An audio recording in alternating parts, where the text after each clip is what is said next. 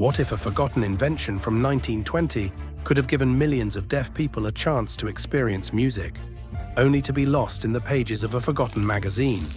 Step into the buzzing, electric world of 1920s New York, where a visionary named Hugo Gernsback dared to dream beyond the limits of sound.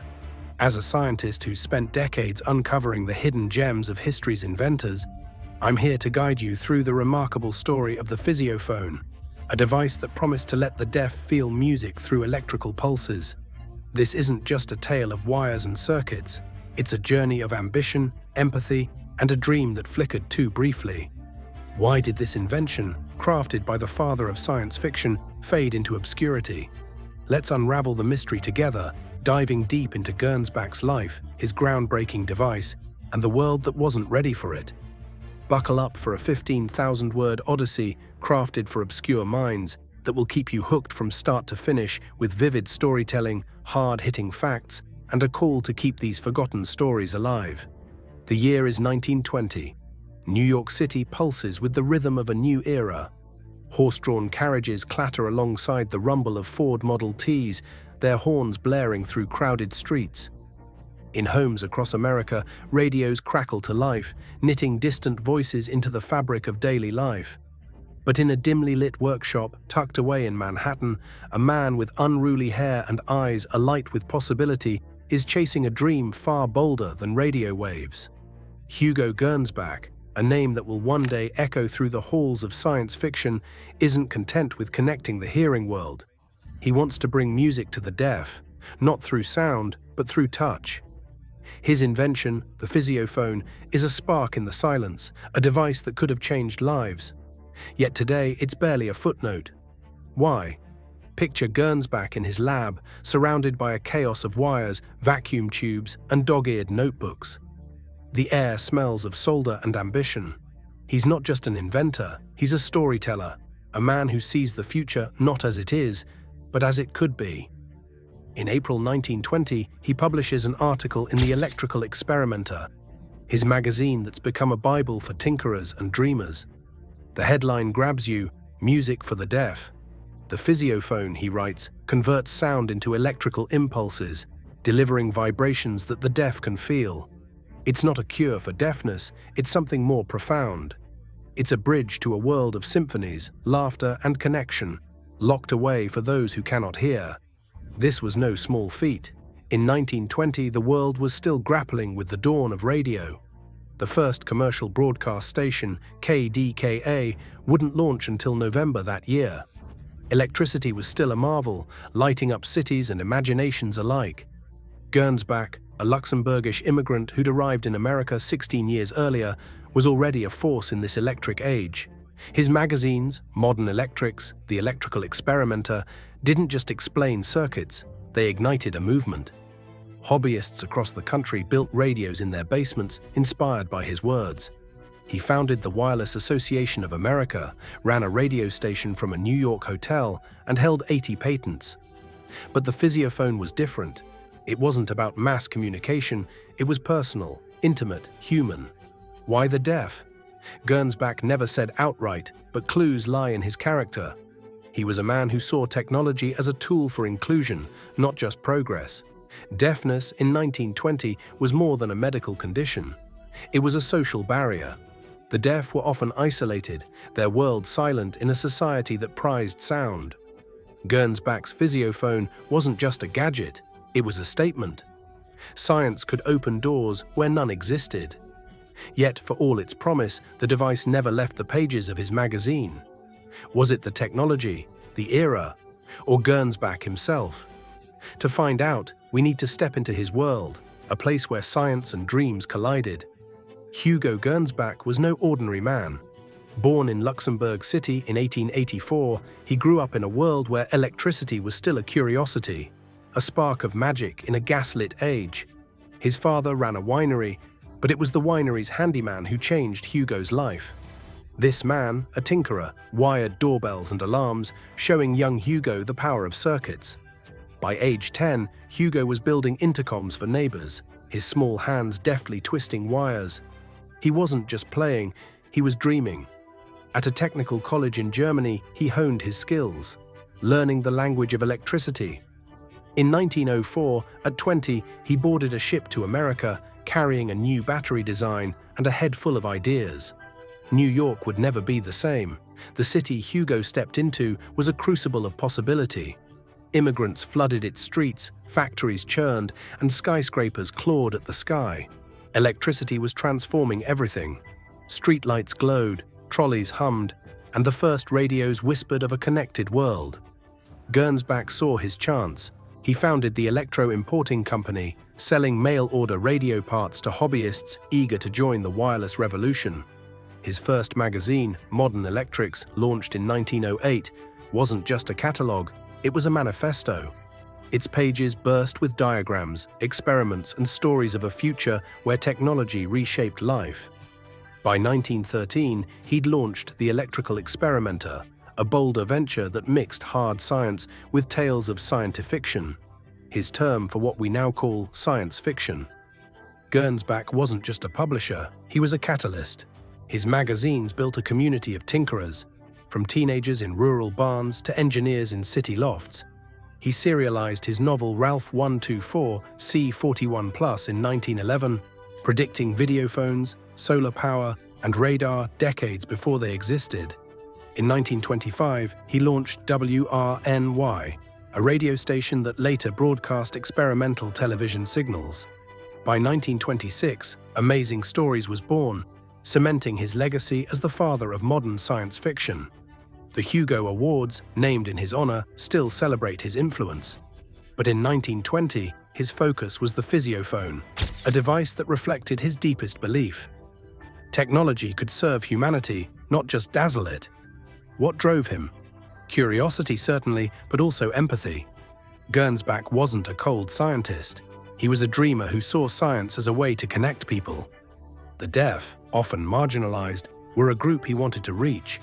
His magazines celebrated the underdog, the amateur inventor, the outsider with a bold idea. The Physiophone was an extension of that spirit, a device born from a man who believed no one should be left behind in the march of progress. To understand it, we need to dive into its science, a blend of ingenuity and ambition that was years ahead of its time. Let's unravel the Physiophone's magic.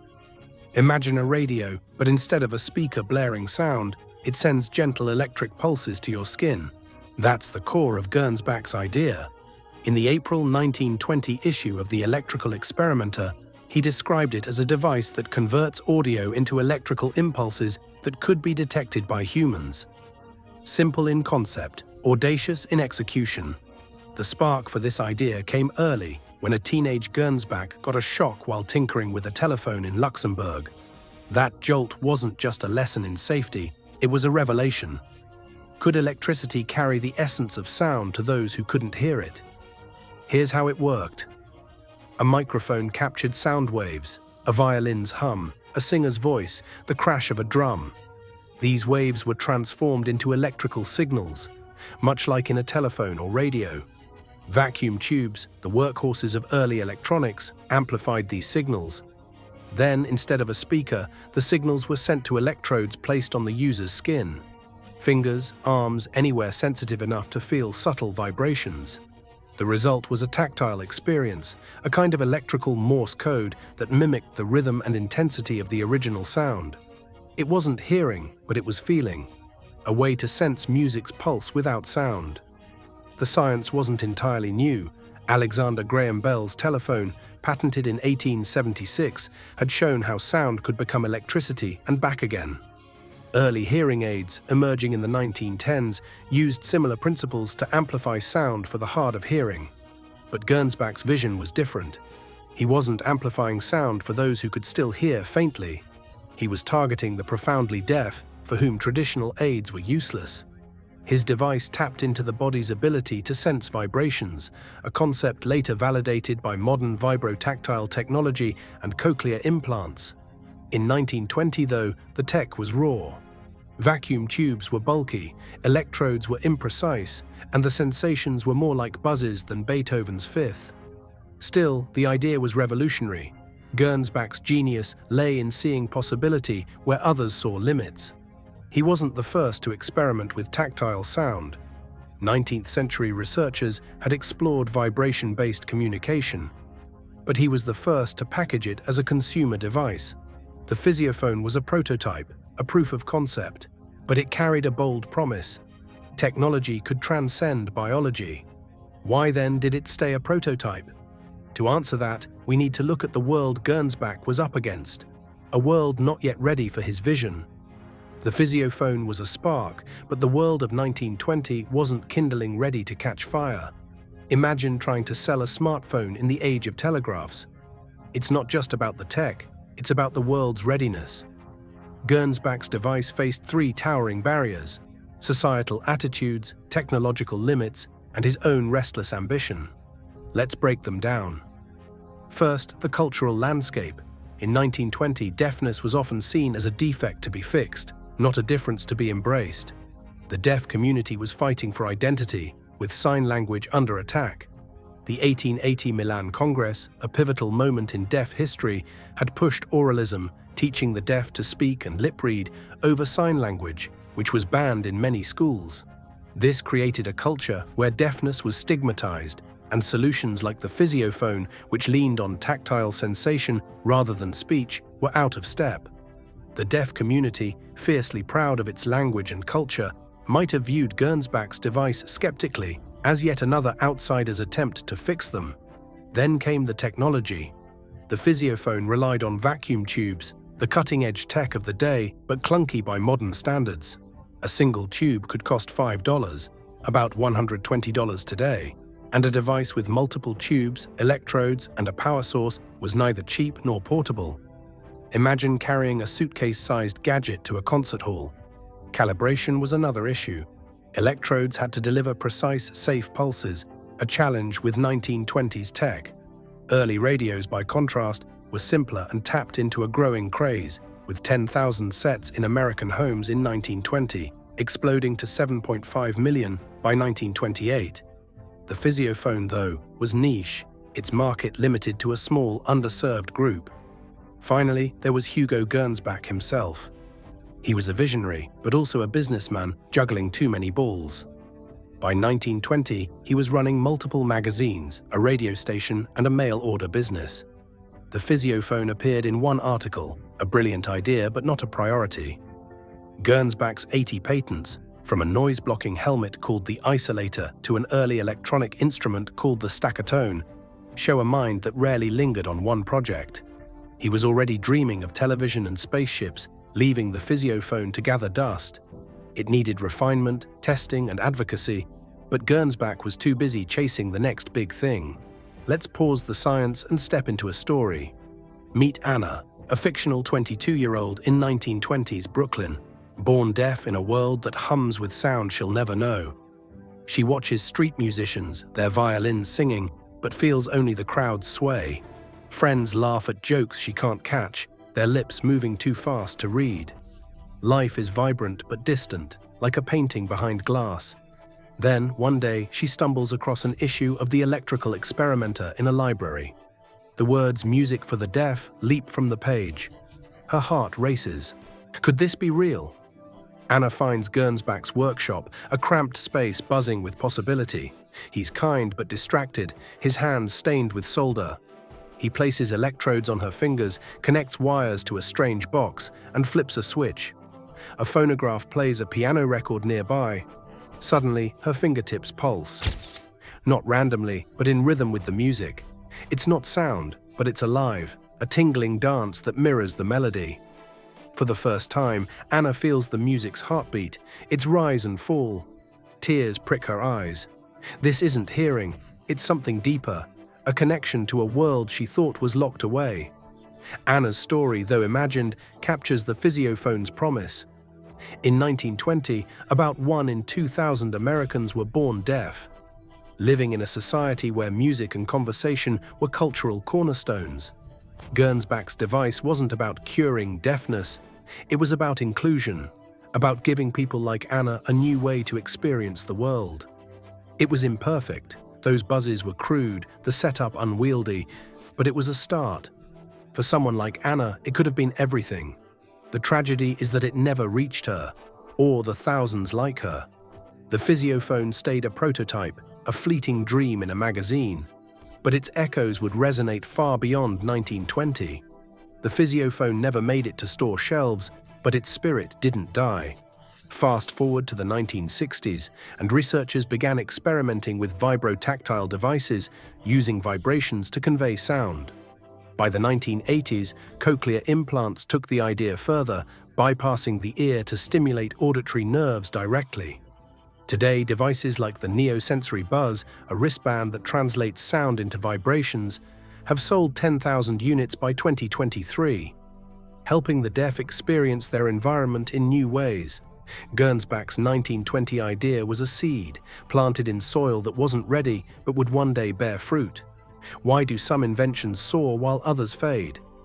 Look at radio. In 1920, 10,000 American homes had radios. By 1928, that number was 7.5 million. Radio tapped into a cultural moment, a hunger for connection. The Physiophone, though, was ahead of its time, aimed at a niche audience in an era that prioritized mass markets.